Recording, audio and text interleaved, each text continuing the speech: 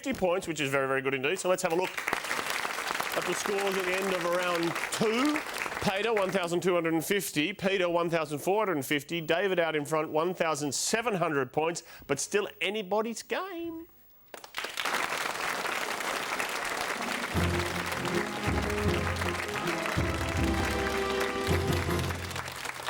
Round 3 of the Einstein Factor final is probably the most exciting moment in a young person's life, bar none. The world is your oyster, unless you have, of course, seafood allergies. A number of critics have said the Einstein Factor is not sexy enough, so in order to improve that... Here we go, round 3. Good luck, everybody. Good luck to you all. Winning the Best Foreign Language Film Oscar for 1963 was which Fellini movie with a numerical title? Brains Trust. 8.5. Correct. Which sport popular in the US, Canada, Scotland and the Nordic countries is played with brooms? Peter. Curling. Curling is correct. John F. Kennedy was president of the US for which political party? David? Democrats. Correct. In which month of 2005 did Australia's Reserve Bank raise interest rates? Peter? March. Correct. Which 60s UK group is seen on Doctor Who performing? Peter? Beatles. Correct. Which country was the birthplace of Leonard Cohen? Canada. Peter, Canada is correct. Which colour can meaningfully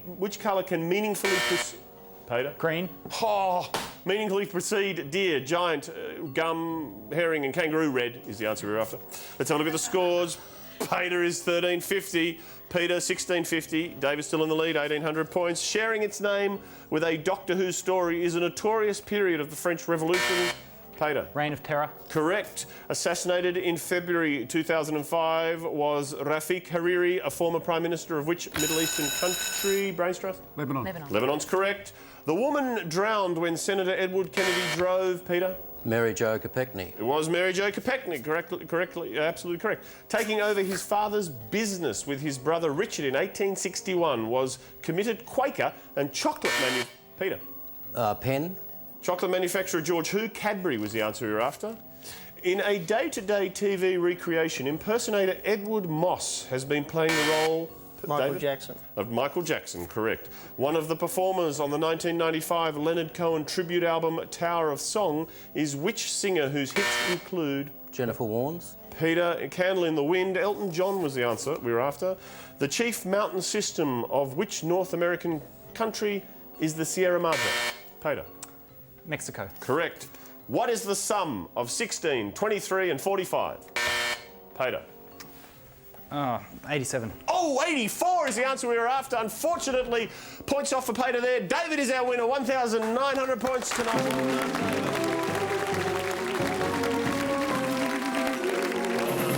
In 5 months' time, you will be joining us as the first person to enter the Einstein Factor Grand Final. I hope 5 months isn't too long for the anxiety to build to stress point. Not when you've got your own police box. Excellent work. Congratulations, David. David and Peter, 1,450 points. Fantastic effort, mate, but not quite enough tonight for David. Thank you for being a part of the Einstein Factor. Oh, it's great to be here. And Peter, 1,550 to finish tonight's episode. Thank you for being a part of the Einstein Factor. Let's give our contestants a round of applause. And thank you to our Brains Trust. You have the admiration of a nation. You right, Parker? Hank, still carry the 1, the 23, and the... I don't know, it's a Red's question. There they are, the Brains Trust. We'll see those faces again, that is for certain. And if you'd like to know more about the show, well, you should have tuned in at the beginning, quite frankly. Never mind, we're keeping the best of it alive in a glass jar on the internet. Go to abc.net.au/Einstein Factor. We look forward to seeing you again next week. Thank you, good night.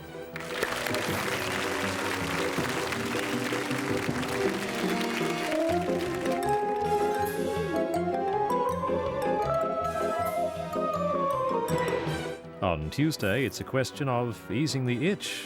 You might find relief from the pain of eczema in the complementary therapies on Second Opinion, 6:30 Tuesday night on ABC.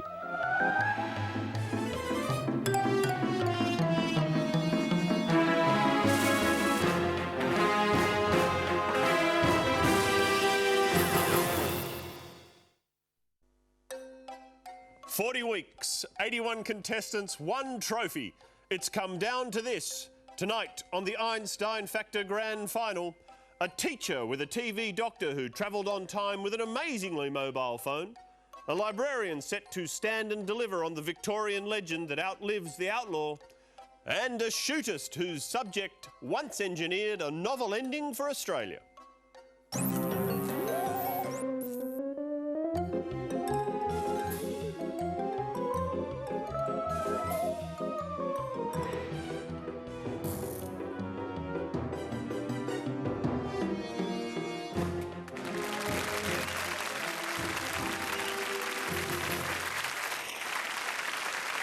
Peter Berner, good evening and welcome to the Einstein Factor Grand Final, the show that has swept the nation like an obsessive-compulsive cleaner. This year, I have asked 2,550 questions, many of them in English, but you wouldn't know from the way I pronounce them. But there is just one question to which even I do not know the answer. Who will be taking this home tonight? Obviously, if they trusted me with the trophy, I'd have it now, but it's locked in a vault. Who needs Olympic medals, Nobel Prizes or Academy Awards when this can sit on your mantelpiece or even your dashboard? Each of our brilliant grand finalists is armed with a unique subject. And for each of those subjects, we have a specialist adjudicator assisting our normal panel of judges. There they are, standing by to pass final judgment, should there be any queries. It's also great to have in the audience our 3 grand finalists from last year, Alan Dew, John Pekoshek, and our 2004 grand champion, Diana Burley. Listen to that applause. None of those 3 people have had to pay for a drink all year. Now, let's meet the world's latest supergroup, appearing tonight to promote their CD of paradoxical polka hits. It's Dr. Barry Jones, Dr. Cleo Cresswell and Matt Parkinson. Ladies and gentlemen, Einstein solved numerous questions, but he asked many more. Please welcome Australia's answer to Albert Einstein, Dr. Barry Jones. Thank you for coming back, Barry. Welcome to our grand final. I'm glad to be here for the grand final. You're pumped and ready to go? Yep. Any words of wisdom, having you've been through this sort of tension at a quiz show final? Yes, but that was in another geological era. It was. It was. Thank you, Barry Jones, for joining us again, being here on our Einstein Factor Grand Final. Chaos theory dictates that to bring order, you need an attractive point. So please welcome ours, the most harmonic of mathematicians, Dr. Cleo Cresswell. Yes! Thanks, Cleo. Welcome. Thank you. You've been all zhuzhed. You've zhuzhed. Yes. Was that good for you to zhuzh like that? Well, you know what? I don't zhuzh very often, No. so I'm actually quite. I mean, you know, I'm more of a 20 push-ups kind of a girl. You so are. this is kind of fun. Thank you, Cleo. Dr. Cleo Cresswell, ladies and gentlemen. And finally, he brings height. He brings sophistication. And we know him like the back of our hands. He is quiz champ and third knuckle from the left, Matt Parkinson. Look at him there. I'm a knuckle. I don't know, that's what it said. I wouldn't Yeah, call you a yeah. knuckle. I would call you the opposable thumb that gives our quiz hand. I'm a knuckle. That's nice. I'm a knuckle. Well, I apologise for that. All right, the brains trust is complete. Ladies and gentlemen, let's not muck about anymore. Let's meet the stars of the night, our grand finalists. Our first contestant is David Campbell, ladies and gentlemen, a Queensland teacher who exterminated Pablo Picasso, D-Day, the Red Baron, the West Wing, Leonard Cohen and the whole Kennedy family in his journey to the grand final. His subject is the world's most popular science fiction TV show, Doctor Who, and we welcome you back, David. Thanks, Peter. Been a long time since you've been sitting in that chair, David. Long time. All right, here we go. Hope you're prepared. And adjudicating on this subject tonight is Dr. Alan McKee, a senior lecturer in television at the Queensland University of Technology and a self-confessed Doctor Who addict. David, your subject is the TV series Doctor Who, 1963 to 1989. Good luck.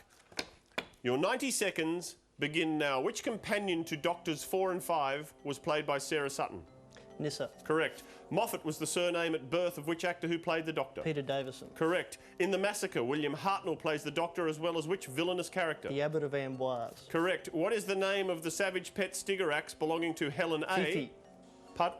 Fifi. Correct. In which story is the Doctor's home planet of Gallifrey first named? The Time Warrior. Correct. Dying in a road accident in Turkey in 1973 was which actor who played the Master? Roger Delgado. Correct. Which planet was the original home of Vislor Turlo? Tryon. Correct. In The Time Monster, the device called Tom Tit briefly changes which character into a baby? Sergeant Benton. Correct. At the beginning of which story are the Doctor and his companions captured by Pharos Project Guards? Castrovalva. Correct. Who is the young character who watches the TARDIS dematerialise at the end of Dragonfire? Stella. Correct. Ben Jackson and Polly Wright decide to stay together on Earth, departing the series in which story? The Faceless Ones. Correct. What race of servants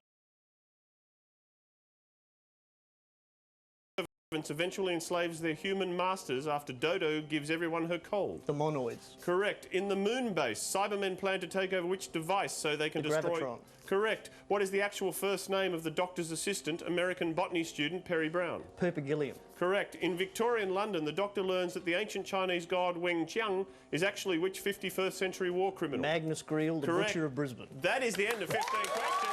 Look at that! Look at that, David. Well done. 15 out of 15.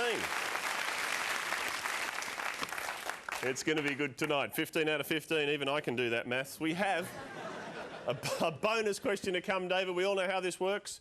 I'll ask it, true or false, and you can decide where you want to go for the answer. The question is, the character Presta in The Invasion of Time was played by a current racing identity then named Gay Smith. True or false? I'll pass it to the Brains Trust. Brains Trust, the question, here we go. The character Presta in The Invasion of Time was played by a current racing identity then named Gay Smith. True or false? Are any of us Doctor Who? No, but I know enough about racing to know we're talking about somebody who's currently known as Gay Waterhouse, are we? She's Australian. Would she be playing? She could well have been over there. Yes, I'm going to say true. I'm going to show some leadership here and say this is true. As true as I'm sitting here now and being a knuckle, Peter. It's true.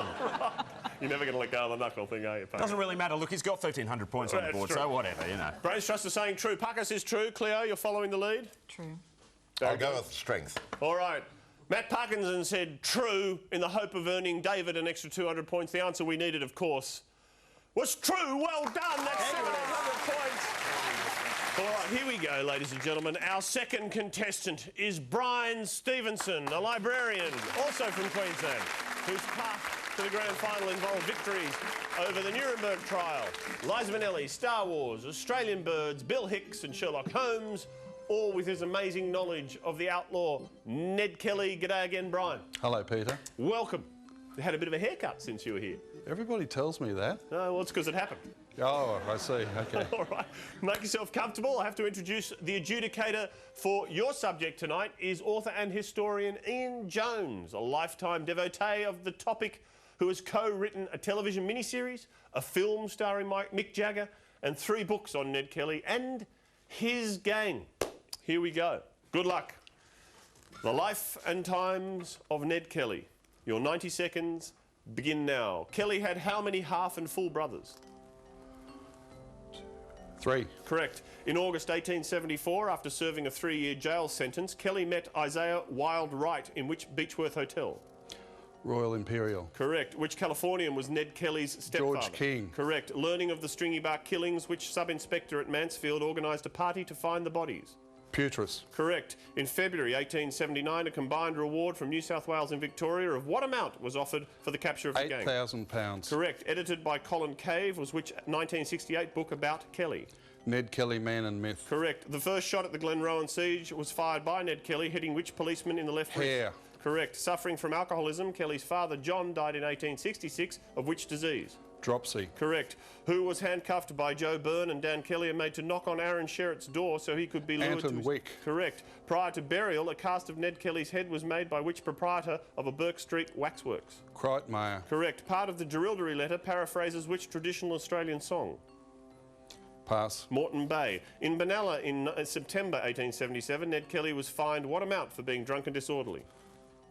5 shillings. 1 shilling. Which Beechworth solicitor and MLA was initially set to defend Kelly at his final trial? Zinc. Correct. For how long did Kelly's body hang from the noose after his execution? Half an hour. Correct. Which newspaper claimed that Kelly's last words were, "Ah, well, I suppose it has come to this"? The Age. The Argus is the answer we needed, Brian. 1,200 points at the end of Thank you. 15 questions. True and false, here we go. Ned Kelly had plans to establish a Republic of Victoria. True or false, Brian? What do you want to do? I'll pass that over to the Brains Trust. Brains Trust. Here we go. The question. Ned Kelly had hatched plans to establish a Republic of Victoria. True or false? He did want to set up, you know, was it a Victoria though? But it was that's not the actual title. No. No. It's the Republic of North East Victoria, I think. So I'd be inclined to say that the answer is false. Because it's not northeast. Yeah. That's what I was thinking, that it wasn't Victoria. It depends whether it you're was not. talking specifics or generics. Specifically, we're saying false. All right, thank you. Thank you. Parko, the Brains Trust, Barry, Cleo and Parko say specifically false. The answer we needed was false. That's an extra 200 points to Brian, takes his score to 1,400. And as Barry Jones quite rightly pointed out for us, it was the northeastern of Victoria where Ned Kelly hatched, plans to set up the Republic. Yellow. Okay, all right. Could you move it? I'm in the middle of a quiz show, I know. Oh, okay, got it, thanks. Unfortunately, Brian, our adjudicator has, that was our adjudicator. You answered to the question, the Beechworth Hotel where Kelly met Isaiah Wildwright as the Royal Imperial. It is Imperial. Unfortunately, so we have to deduct 100 points from your score, Brian, which leaves you with 1,300 points at the end of round one. Still a very good score. Brian, ladies and gentlemen, let's give him a round of applause.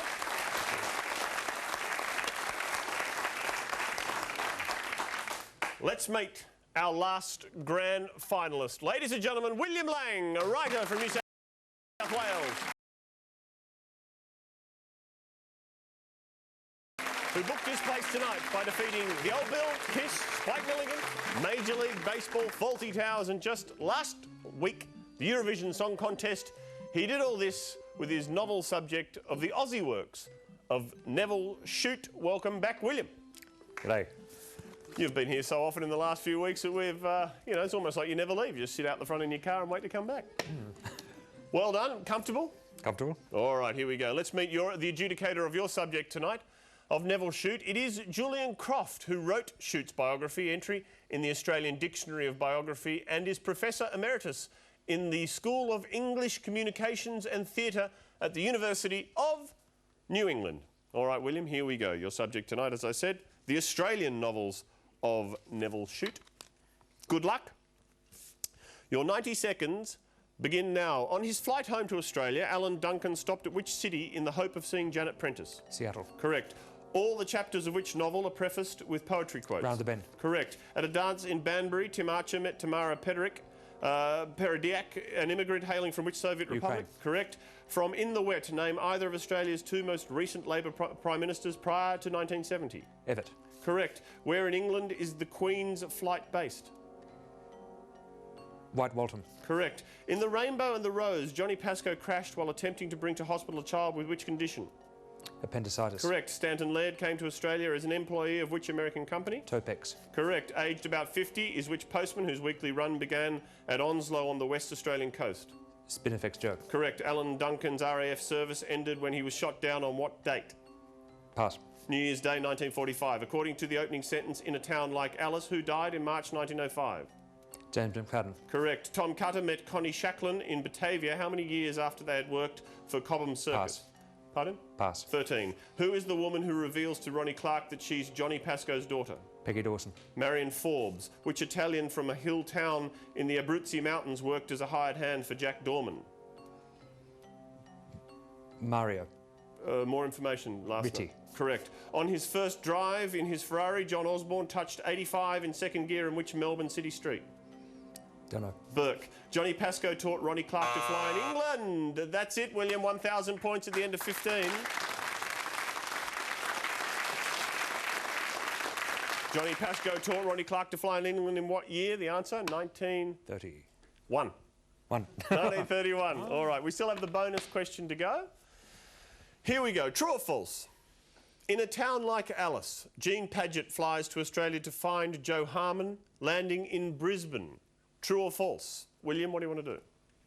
I'll pass that to the Brains Trust. Brains Trust, here we go.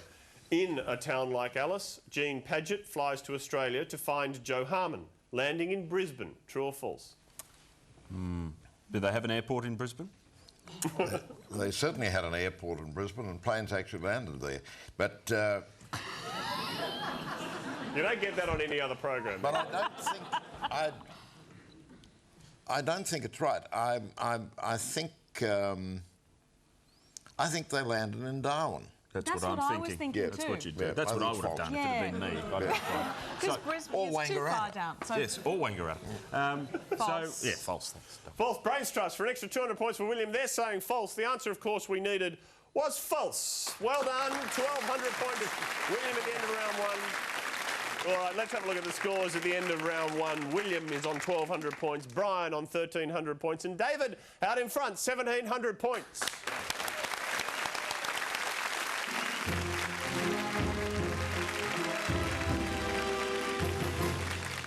All right, it's round two, where we continue our devious two-year plan to subliminally advertise the network by giving contestants a choice of A, B, C.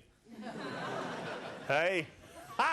The subjects tonight are Olympic crown, Queen Beetle, King for a Dad, Coat of Arms, Landlords, Queen of the Air, King of the Jungle, Roman regalia, Royalty of Rhythm. David. Royalty of Rhythm. Royalty of Rhythm is the subject. The question: which US band leader was dubbed the King of Jazz? Was it A, Benny Goodman, B, Glenn Miller, or C, Paul Whiteman? 5 seconds.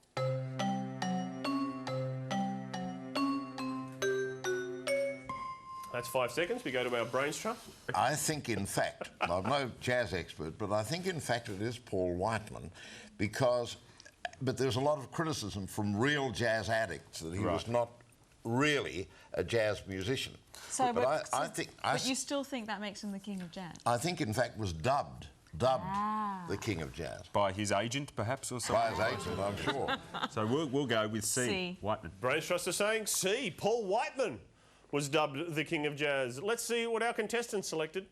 A C, an A and an A. The answer we needed was C. Paul Whiteman is the King of Jazz. David gets some points. And the Brains Trust. Correct. Brian? Roman regalia. Roman regalia is the subject. The question: ancient Romans extracted their celebrated purple dye from the murex. A kind of what? Is it A, bug, B, snail, or C, worm? 5 seconds.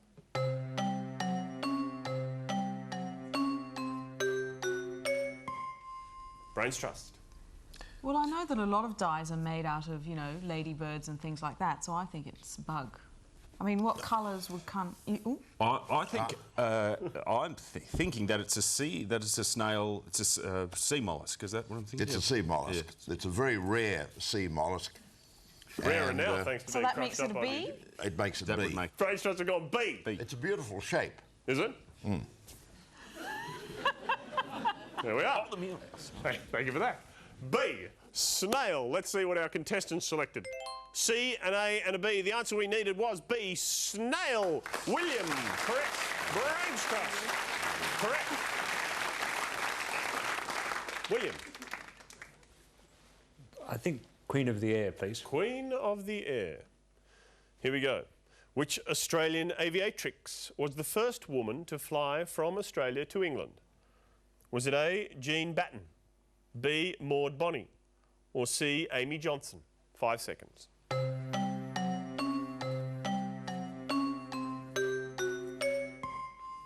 Contestants have made their selection. We go to the Brains Trust. I love the word aviatrix because it just sounds like somebody doing tricks in a biplane, doesn't it?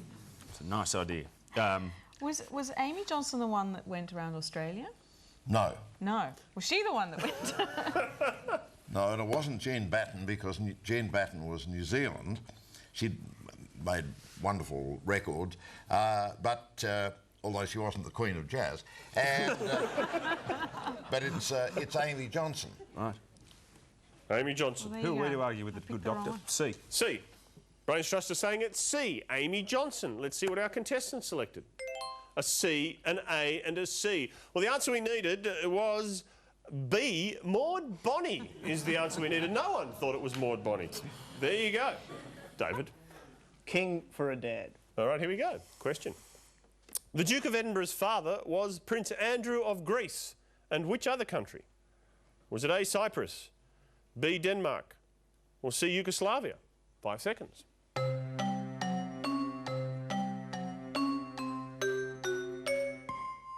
That is 5 seconds. I think the question could have been phrased differently.